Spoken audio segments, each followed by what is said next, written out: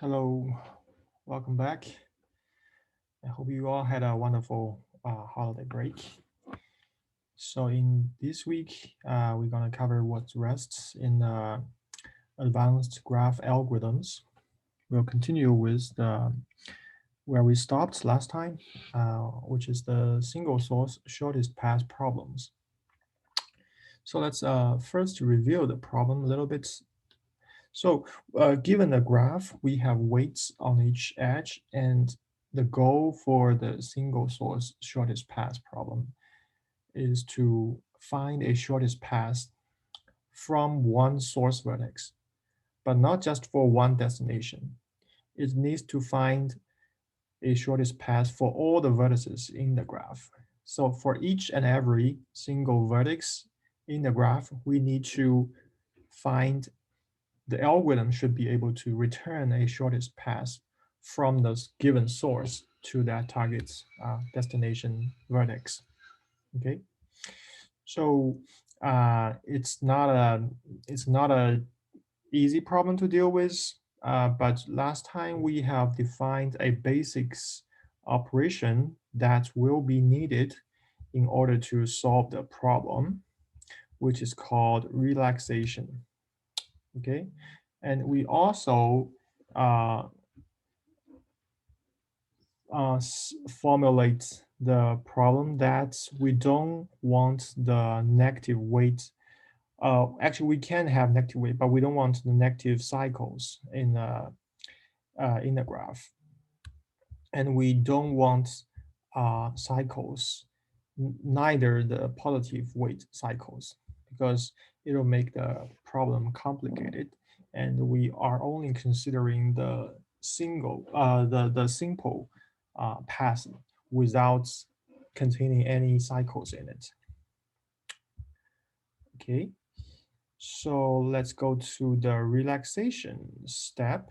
So it is a basic operation that we need to use. And the way how we use it is basically to call this relaxation or relax procedure repeatedly, so that the shortest paths are computed for each vertex in the graph. But the algorithms we're gonna cover today is first the Bellman-Ford algorithm, and we'll also introduce a special type of um, graph called DAG, the um, directional acyclic graph, which we already uh, knew about uh, um, when we talk about building the what's it called, building the uh, dependency trees. No, it's right here. Let me find the name of it.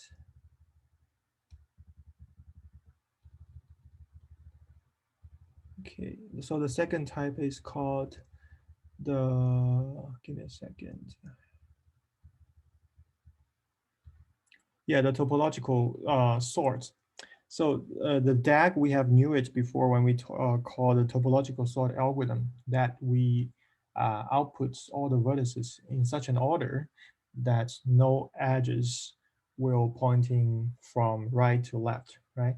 So for those DAGs, if we run the uh, single source shortest path problem on DAG, it'll be easier because those DAGs are already, after the topological sort, it is already sorted in terms of the directions, and it will need us to use much fewer cycles to relax all the edges.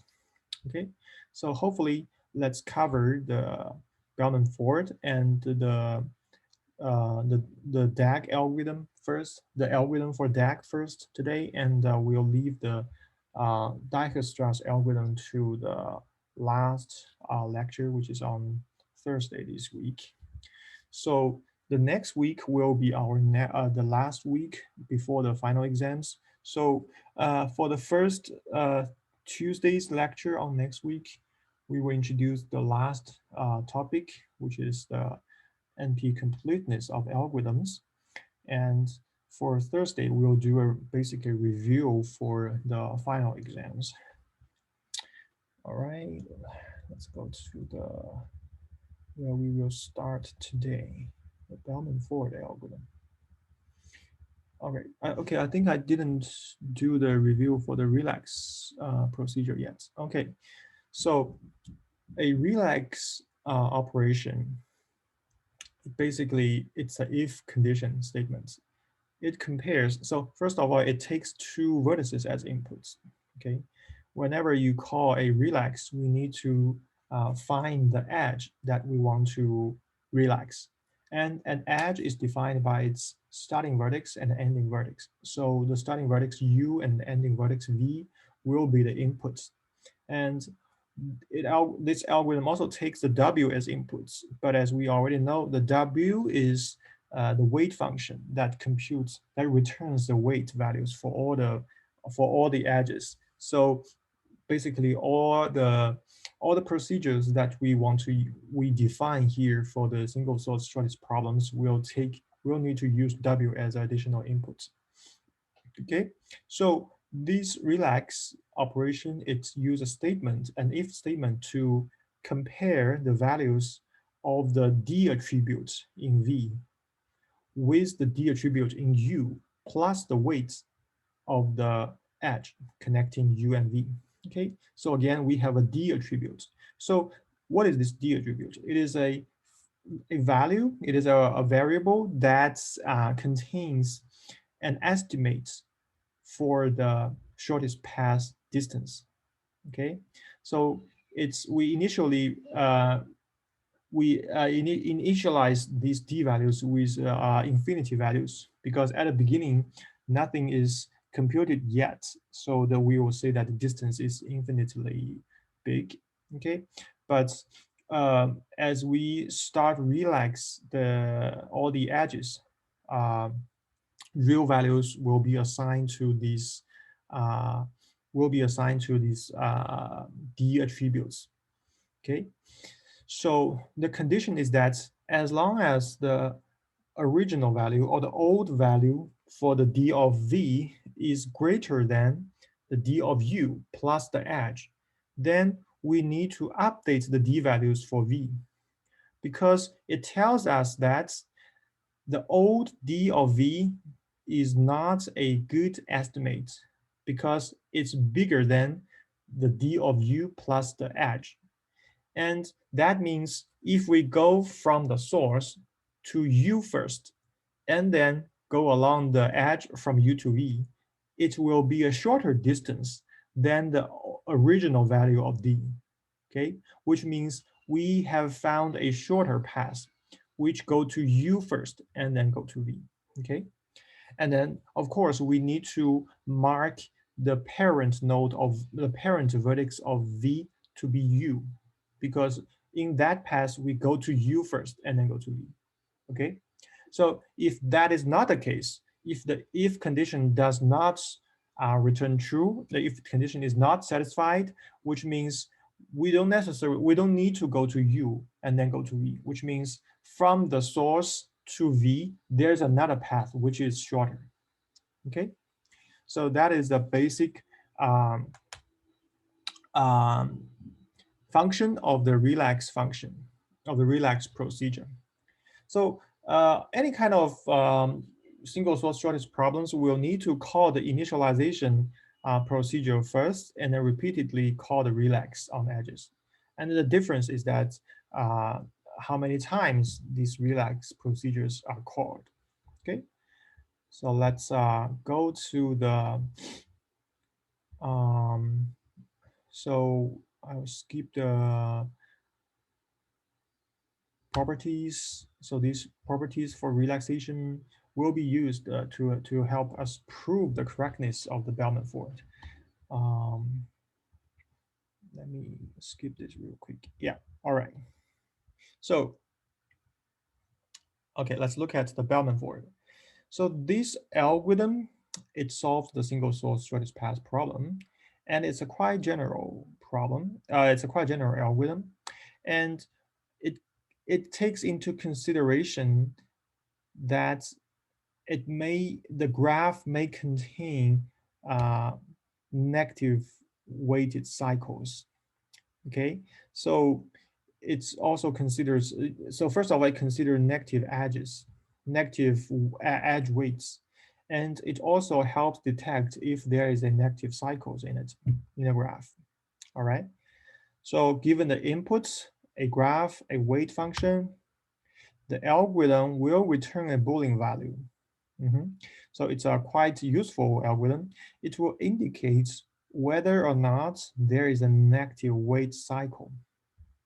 Okay, so this is something we will keep in mind for now. It will help detect whether there's a negative weight cycle. Okay, and of course we don't want a negative weight cycle, right? So if the uh, Boolean, if the um, Boolean value returned is true, then it means there is no negative weight cycle, and which means we are happy about the results. If there's a false, then we basically need to um, consider the graph, look at the graph carefully, and maybe we want to remove those negative cycles uh, before we run the shortest path problems. Because we know that as long as there's a cycle in it, then the shortest path is not well defined. Okay. So if there's any cycle in it, the algorithm will indicate that no solution exists. That's why it returns false. Okay. All right. So if there's no cycle, then the algorithm will return true, and the shortest path and their weights will be produced in the graph, will be recorded in the D and the pi attributes of the graph. Okay, so let's look at the code first. Okay. And the inputs is the graph, the weight function, and the source. Okay, source is where we start, and it will call the initialization procedure. Okay, so we didn't review the initialize single source. So it basically initialize all the D's to infinity except for the source. For the source, the D will be 0. Okay, and also all the pi attributes will be initialized to none, to nil. Okay, so we can see that it's basically there are 3 for loops, right? And but the first 2 for loops are nested. So from line 2 to line 4, there's an outer for loop. The outer for loop iterates over almost uh, all the vertices, right? It's from 1 to v minus 1. Okay, so it's not exactly all the vertices, but almost. It's just 1 less than all the number of vertices. It makes that many passes, and for each iteration, of the outer for loop, there is an inner for loop.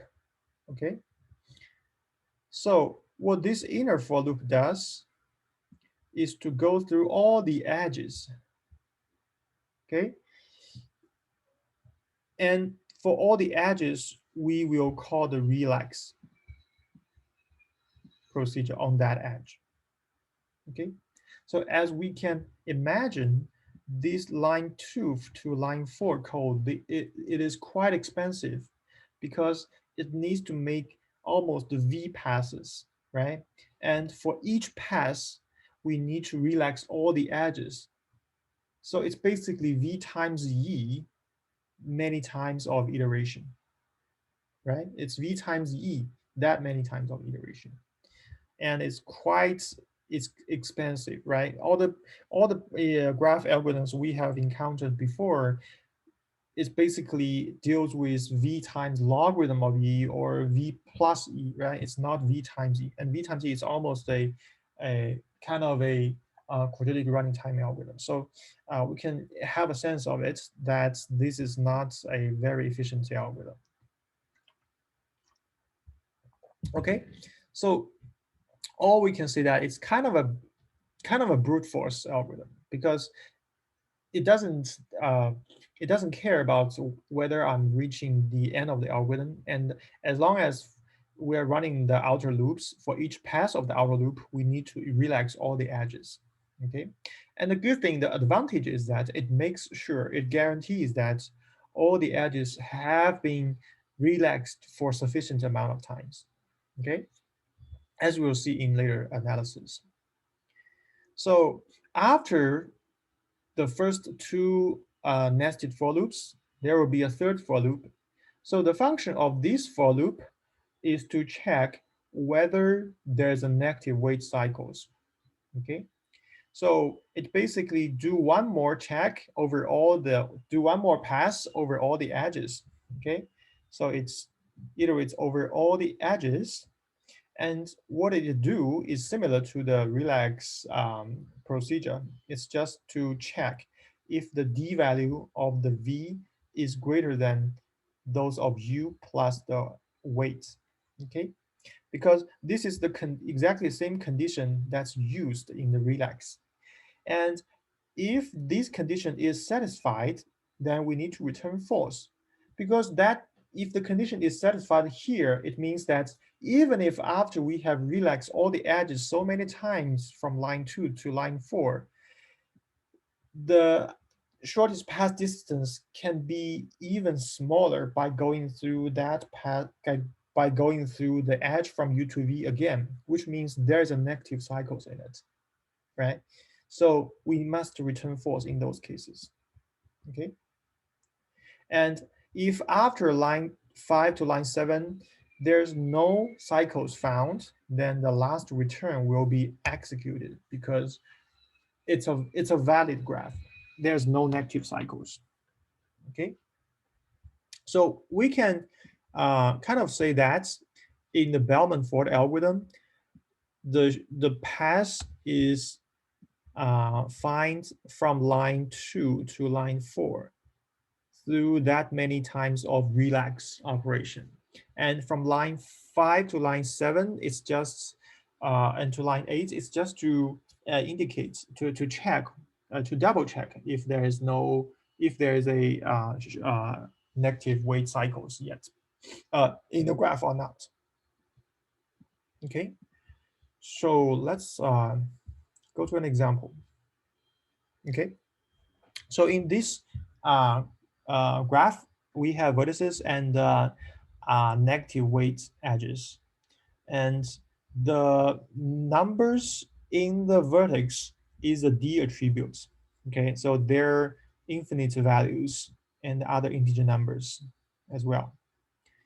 So let's run the initialization first, and it will assign all the infinity values.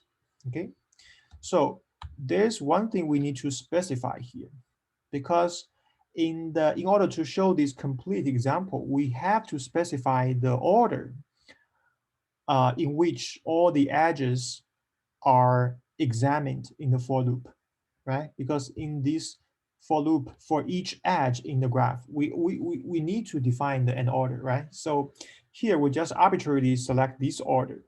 Say we go to the edge tx first. Oops, tx. So t is here, tx is here. So tx refers to this edge. We go to tx, we examine tx first, and then ty. Ty is here, and then tz is here. Okay. So anyway, we need to have an order so that we can clearly showcase this example. All right, let's go to the next slide. Okay. Let's assume this each pass will relax edges in such an order. Okay. Tx first. So this is the first pass of the outer for loop. Okay. So because there are 5 vertices, so according to the algorithm, we need to do 4 passes, 5 minus 1 passes, which is 4 passes. Okay. So for the first pass, we go to Tx first. All right. So if we want to relax Tx, and I attach the code for the relax procedure here for your reference. So when we relax Tx, we need to compare the d value of x with the d value of t plus the weight of Tx. But since this is the first pass, the original d values for both t and x are infinity. So this comparison will basically return false, right? Because the infinity is not greater than the other infinity. Okay, so the relax will do nothing.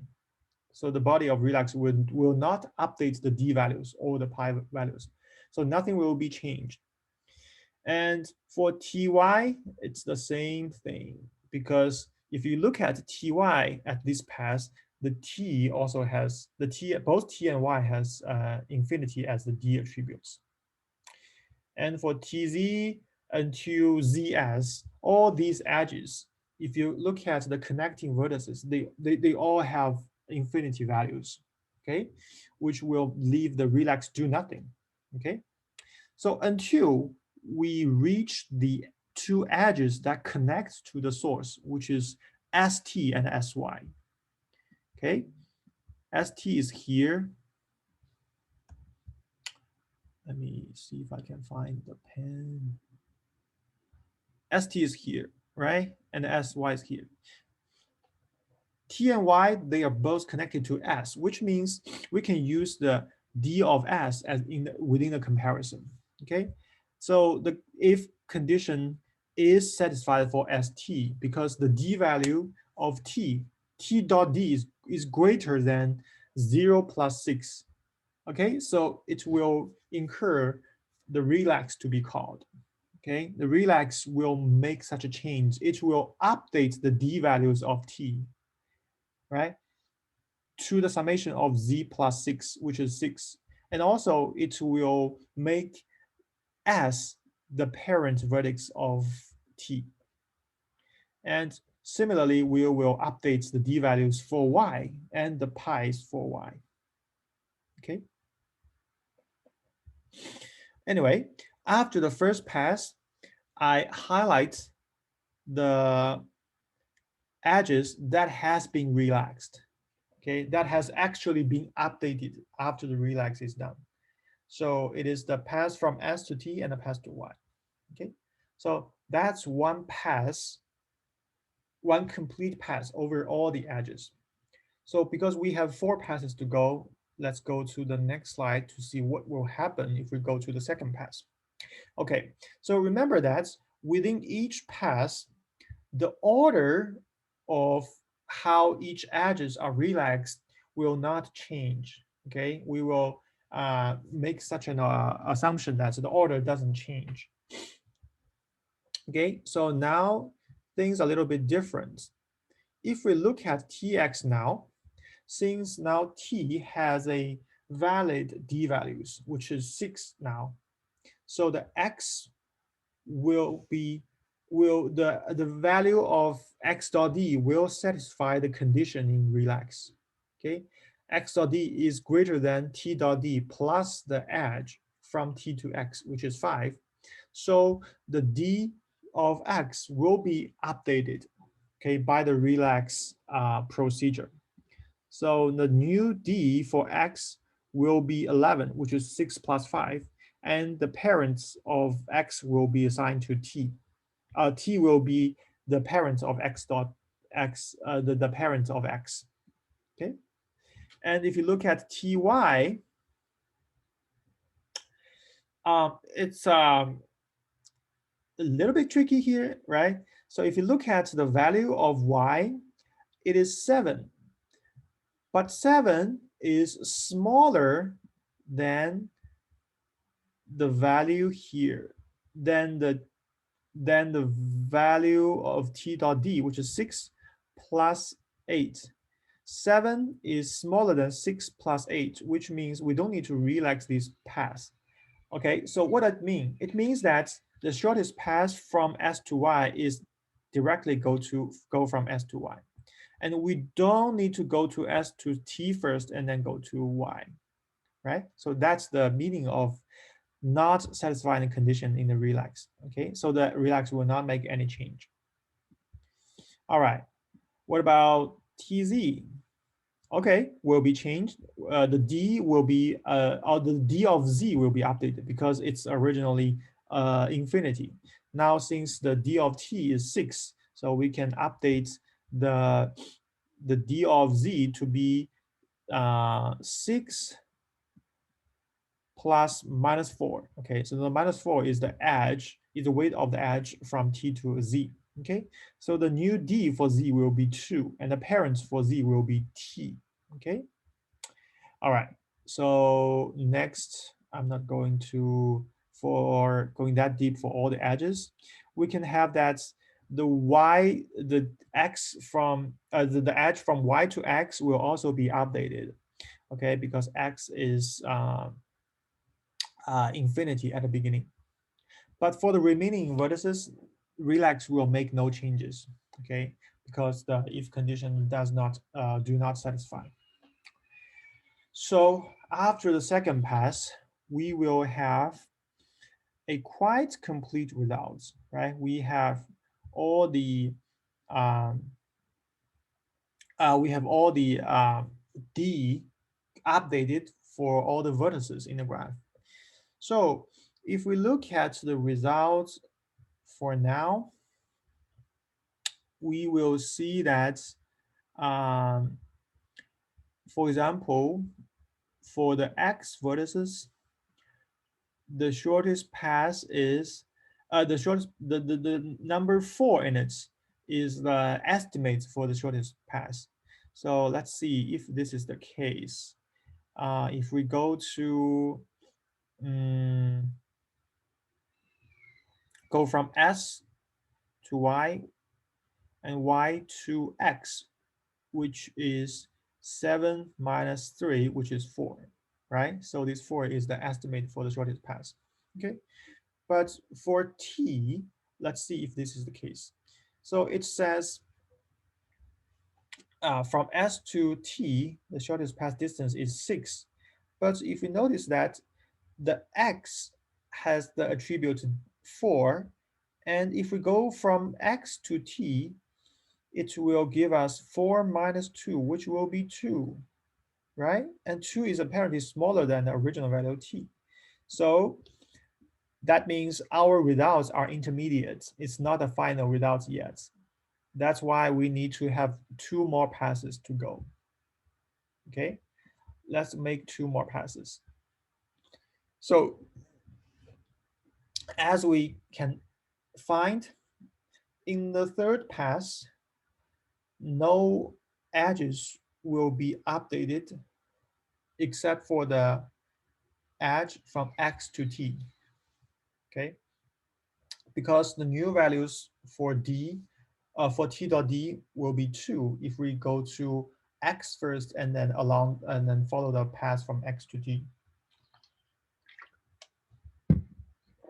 Okay, so this will change the shape of the resulting trees. Now this edge is no longer highlighted because the parent of T is now X, right? And we will need 1 more pass because our result is not final yet. If you look at the D of Z, apparently it's not the correct value, right? Because if you go from T to Z, it should be 2 minus 4, which will be negative 4 or negative 2, right? But now it's 2 because within these paths, the Z is updated before XT is updated. Okay, so we will need 1 more additional pass. Okay, so in the next pass, the TZ will be relaxed, will be updated by the relaxed, and the values, the shape doesn't change, but the values becomes negative 4. Oops. Become negative 4 here. And from positive 4 to negative 4.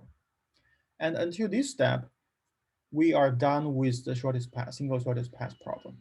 So now if you go along the highlighted edges, which is also called the shortest path tree, you can have those numbers. Those numbers indicates the distance of the shortest path from the source to the current vertex.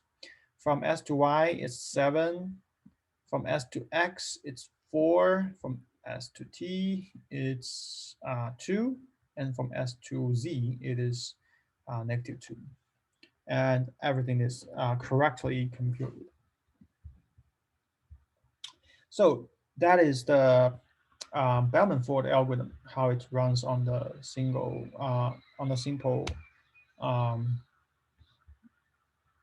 example.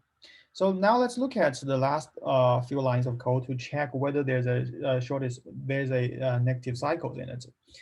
So it basically needs to check the distance. For each edge, we need to check whether the value of v dot d is greater than the u dot d plus the edge. So fortunately, we can find that all these conditions are not satisfied. None of them satisfied. So the Bellman-Ford will return true, which means that there's no negative cycles in it. And if there is any, then the algorithm is guaranteed to return false because we examine all the edges in the graph. Okay, so now we can obtain the shortest path tree, which is from the source to all the vertices in the graph. Anyway, now let's look at the running time. As we have mentioned, it's not a quite efficient algorithm because it makes so many passes for all the edges. Within each pass, we have to go to all the edges. So that, of course, costs us a lot. So the initialization, it's the big O of V because it initializes all the vertices. And then the relax has been, the outer loop will take big O of V as we analyze. And the inner for loop takes big O of E. So they multiply, if we multiply them together, it will be V times E in total. And the last loop takes another big O of E. So in total, of course, the big O V times E is the dominated term, right? It's the higher order term. So it's quite close to the so-called quadratic running time. And we are not very happy about this problem or about this algorithm. But since this is a quite primitive algorithm and it is almost guaranteed to make sure that the shortest path will be found, and it also returns, it also checks whether there is a negative cycles in it, then this is still a quite useful algorithm. All right, so for the correctness, I'm gonna skip this part because it basically need to utilize the path relaxation properties. So it makes sure that the algorithm is correct as long as we have relaxed all the passes in such an without we have relaxed all the edges with v minus 1 iterations for all the edges. All right, so let's look at the second type of algorithm that we're going to cover today. It is the single source shortest path in DAG. And the DAG is for directional acyclic graph. And it's a type of graph that we used in the topological sort algorithm. Okay, so a topological sort algorithm will need to take inputs a DAG, and we in topological sort we will place all the vertices in such an order that all the edges is pointed from left to right. So in this case, if it's a DAG, then we can use topological sort to sort all the vertices first, and then all we need to do next is to compute the single source shortest path within big theta of V plus E, not V times E, which is much, much faster than the big O of V times E. And so with one additional pass of relaxation over all the edges, we are able to obtain the results. Okay. because we utilize the fact that the shortest path is always defined in the DAG, then we don't need to check whether the results are valid or not. Okay. All right. So what this algorithm does is to first run a topological sort on the DAG, right? And so the results, the output of topological sort is reordering of all the vertices. So if the DAG contains a path from vertex U to V, then the descendants, then the ancestor U will always proceed the descendants V in the topological sort. It will be always be on the left side of V. Okay, it will never go to the right side of V. And we make one pass over the vertices after the topological is in the topological sorted order after the topological sort. And as we process each vertex in this last one pass, we will call relax on each edge that leaves the vertex. Okay, so it may sound a little bit abstract, but I'm pretty sure using the example, it may be much clearer. Okay, so this is how the algorithm looks like. It's a DAG shortest path it's called DAG shortest path procedure. And basically what it does is to call a topological sort first, right? And then call initialize single source. So this is still necessary because we need to initialize all the D's or the pi's. And what it does is to use a for loop to go through all the vertex in topological sorted order. Okay, and there is an inner for loop, but don't worry about the inner for loop. Although it's nested, but in the inner for loop only iterates over all the adjacent vertices for each pass, right? So in total, it will iterate no more than the number of edges in total. Okay, so let's look at the running time efficiency. It's just a outer loop that iterates over all vertices, and the inner loop iterates relax each edge exactly once. So in total, it's just a big V plus E, big theta of V plus E. Okay, considering the cost for the topological sort here. Let's take a closer example here. All right. So this is a little bit different example here. And let's run the topological sort. Remember the topological sort, the result is a reordering of all the 6 vertices in this case, right? And after the topological sort, we also call the initialize single source, which assigns the infinity attributes to all the vertices, right? And all the D's becomes infinity except for the source, okay?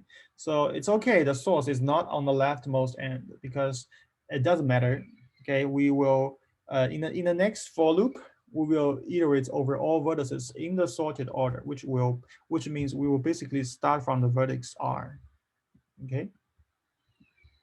So in the next for loop, we'll go through all the vertices in this order, in this topologically sorted order, and relax all the edges.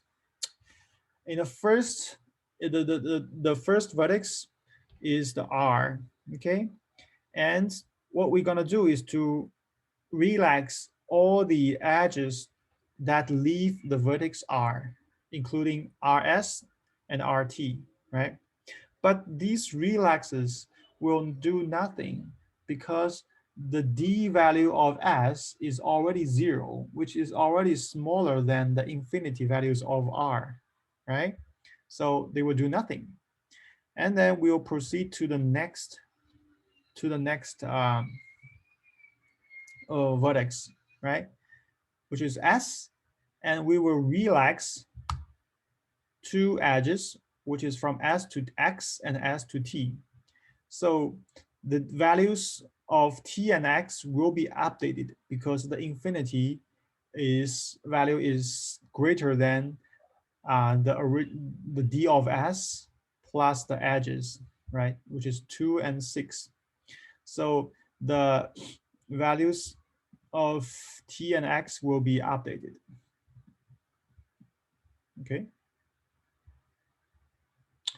So next we're gonna go to T, right?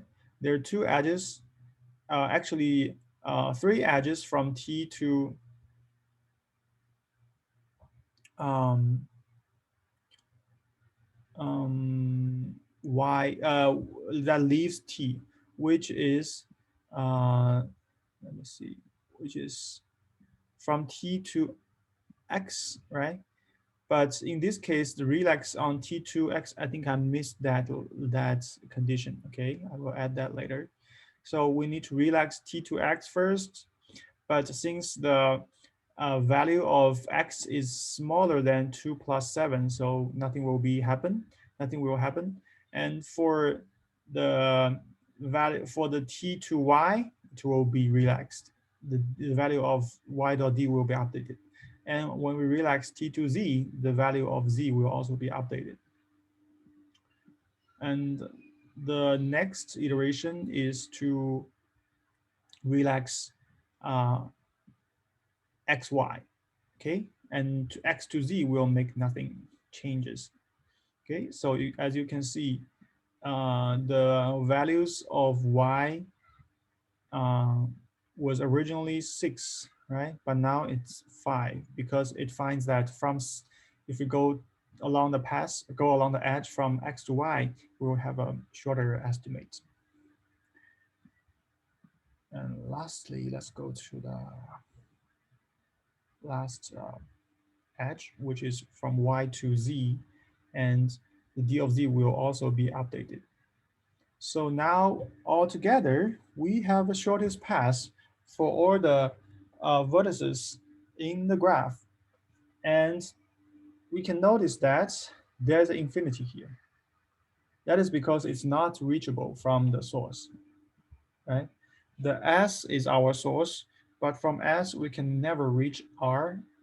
And that's why the D for R will be infinity values. All right. And now we're done with the algorithm. And as we can see that we only did one pass of relaxing all the edges, and it already gives us a valid result.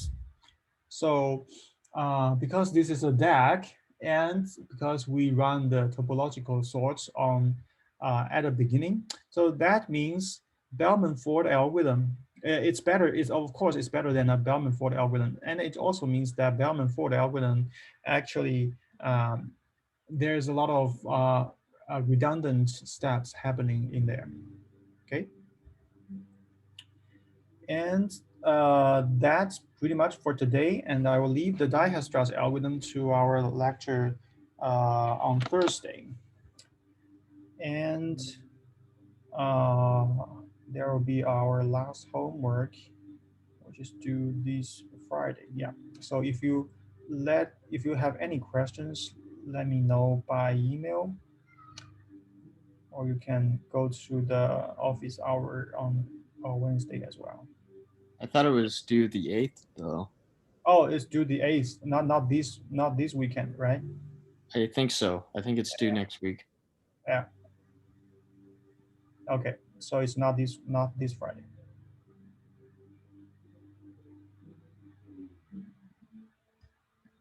All right. Thank you guys for coming, and I will see you on Thursday again.